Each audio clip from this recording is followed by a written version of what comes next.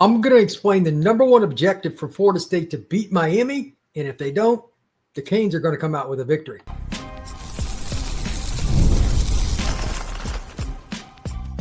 You are Locked On Seminoles, your daily podcast on the Florida State Seminoles. Part of the Locked On Podcast Network, your team every day.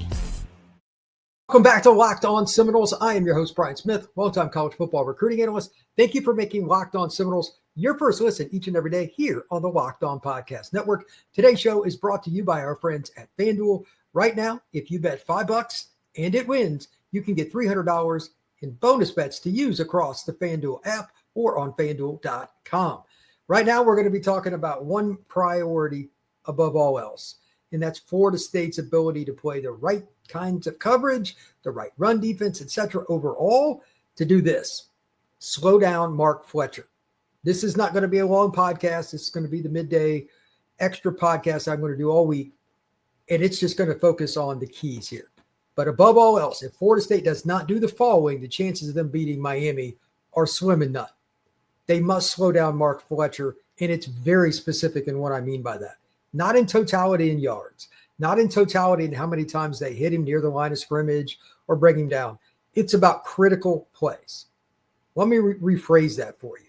3rd down and 2s. They need some run stuffs. They need some game-changing tackles for loss. They need to win one-on-one battles. They did not win against Virginia nearly enough. They need to wrap up. They need just those incredible, spectacular plays that, quite honestly, Florida State's defense is historically known for. They're pretty solid this year against the run, and I've got some stats that I can throw out and stuff, but I'll get into those probably a little bit more in Tuesday's pod. But Florida State's run defense is pretty good. But against Miami, that's a different animal in terms of what they're trying to do. It really is. Miami's got a really good run offense, but they try to grind the game to a halt. And what I mean by that is they want to get 4 runs, 5 runs in a drive that'll get 4 or 5 yards at a time, just absolutely bleed the clock. They're trying to play 1988 football. You have to get them off the field to get your high-paced, high-tempo, high-scoring offense back on the field. If Florida State does not do an excellent job of slowing down Mark Fletcher, they're not going to win, and they could lose by double digits. Miami's really good, but it's how they do it that is just out in the open. There is no secrets here. Miami, while they have a very good offense, and they have a lot of different guys that can make plays. Lofton, for instance, their H-back/tight end, is a tremendous player. They've only thrown it to him like 8 times in terms of completions. They don't have to. Shamar Brown, Mark Fletcher, and if he's able to go, I'm not sure what his status is, Jordan Lyle from Miami, 3 really good running backs, but it starts with Fletcher. He's been their bell cow this year. And in the first quarter, here's the stat of the day. Miami's good in every quarter at running the ball, but in the first quarter, the Canes averaged 5.5 yards per carry. And again, they are not trying to be flashy. This is the most generic offense in the country in what they're doing when it comes to running the ball, and they are elite at it. They run inside runs over and over again, primarily what they call duo. It's just a couple of double teams, and they get up to the second level. That's it. Maybe an inside zone play or gap play here or there, but primarily they're about duo. Can you get off those blocks and make a play? It's a yes or no situation. Doing it a halfway doesn't work because halfway means it's 2nd and 5. 2nd and 5 against Miami means a lot of first downs. First down runs. That would be a good place to get some of those tackles for loss. I put down on my sheet just notes. At minimum, Florida State needs 2 or 3 plays during this game where they get a change in possession, basically off a first down run stuff or 3rd and short run stuff, where they not only win the rep, but it's dominant because it's an emotional thing. College football is about emotion. Does Florida State do that? They sure as heck didn't against Virginia. They were awful at it. I'm sure that Tony White and the entire Florida State defensive staff have already challenged the FSU players. Lack of discipline, lack of emotion, and definitely not wrapping up were just some of the flaws against the Cavaliers. And it cost them.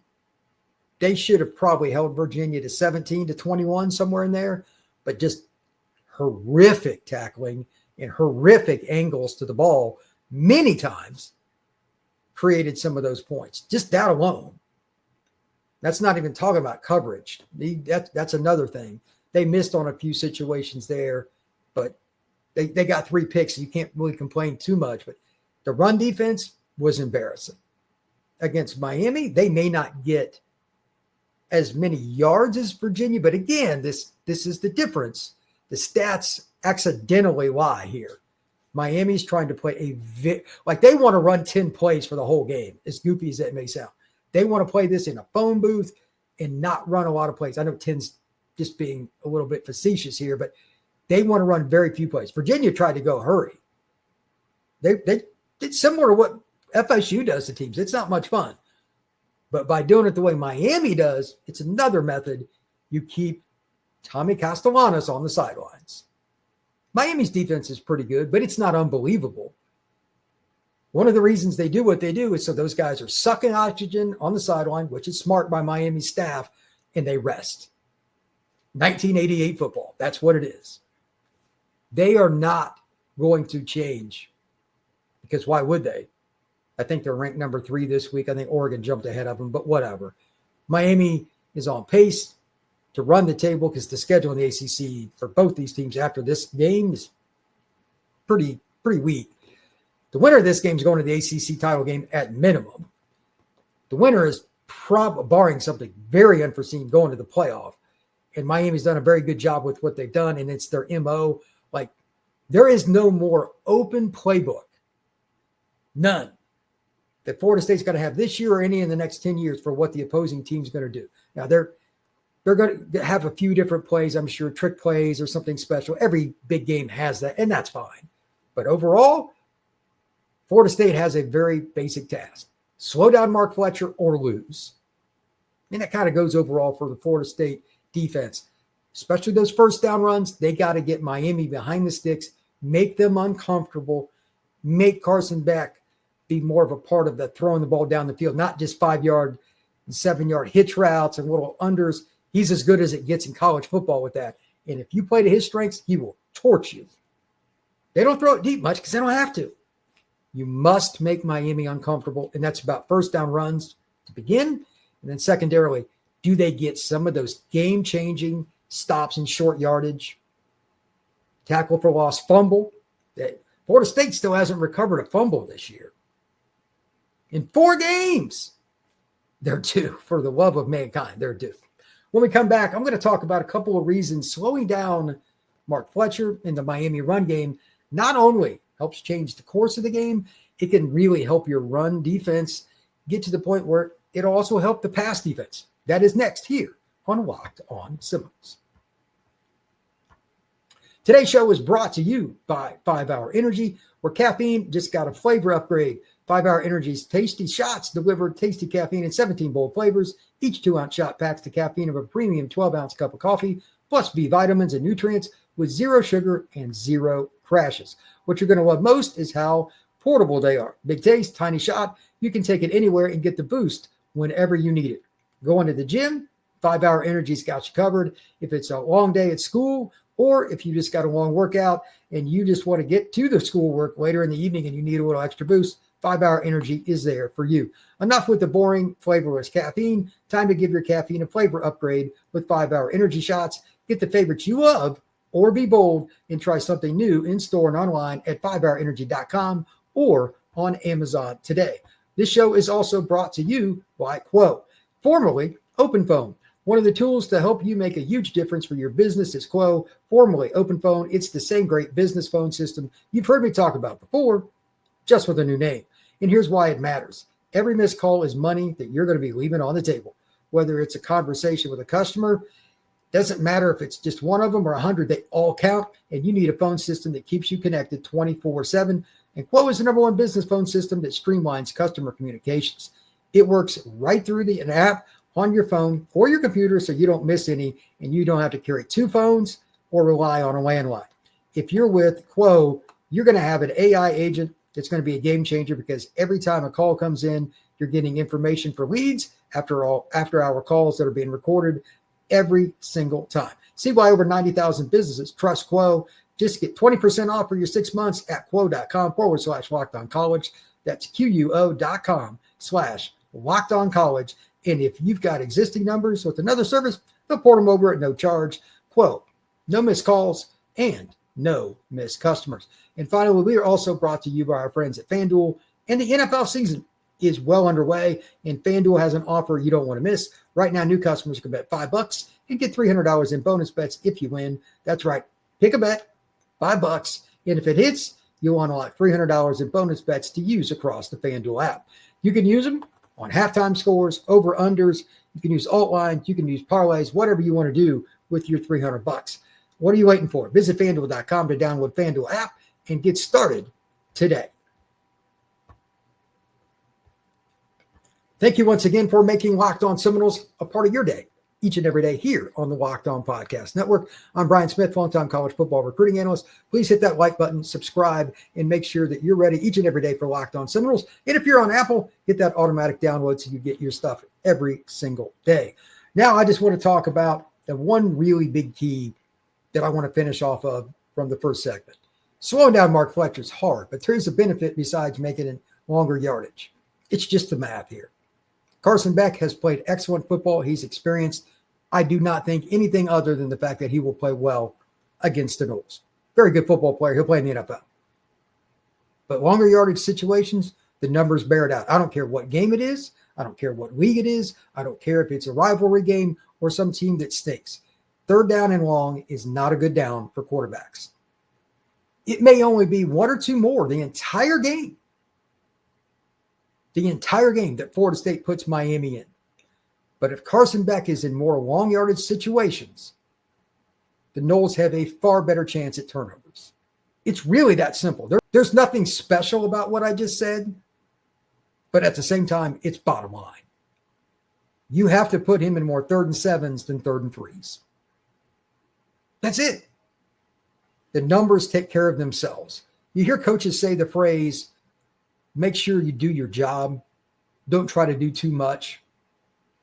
Well, that goes back to the first segment. If you wrap up and tackle, whether it's Fletcher, Shamar Brown, whether it's Jordan Lyle, whether it's Carson Beck, just scrambling, take them to the ground, form tackle, which Florida State failed miserably at last week. That was horrific.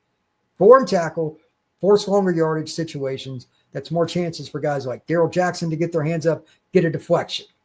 Maybe it's Elijah Herring. Maybe it's Blake Nicholson. I have no idea. Somebody gets a freebie because they had to throw up more than they wanted to in circumstances they didn't want to. And then, of course, up front, play your run gap. This is my gap. This is what I do. Florida State was a little bit iffy on that last week, and I'm being kind. The film doesn't lie. They didn't play their gap responsibilities to the level they should. They didn't gain as much penetration and didn't create enough plays as they should. Those situations will obviously make it a heck of a lot easier. A heck of a lot easier to put them in spots where Tony can get very creative with his play calling. Tony White's very good at mixing the back end coverage. The safety coming down, coming back, different ones, like literally before the snap. It's like a yo-yo. You're just playing with the quarterback. You know what you're going to do. Quarterback doesn't. You're trying to give him looks, and the receivers, running backs, etc. as well, where I'm going to be, but you're not. You're trying to fake a coverage. And the more times you do that over and over again, the likelihood of the interception goes up. This game's probably going to be won or lost on a +1, meaning that game-changing play, that's a turnover. That's how big games go. And Florida State needs to find a way to get there. Starts with the run game, but if it works well enough, if they do well enough, tackling, run gap fits, and just playing smart, they can place Miami in uncomfortable spots. And again, that's your best chance at turnovers. And of course, as I always like to say on here, if you get the opportunity at a freebie, this is my pet peeve. If you listen to this show, you know it. You have to catch it. If an interception opportunity comes your way, zero chance you drop it. You must make that play. Florida State has missed several this year they should have got. That just can't happen against Miami. 100%. Jerry missed one last week against Virginia. The guy caught it off the ricochet. Absolutely must Make those plays. That's how you can beat Miami. Above all else, though, it starts with that run game.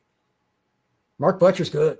He'll probably leave after this year if I was to guess and go to test the waters of the NFL. That's my projection. By all means. But make sure he earns it in Doak Campbell Stadium on Saturday. Thank you once again for making Locked On Seminoles a part of your day, each and every day here on the Locked On Podcast Network. We will see you again soon.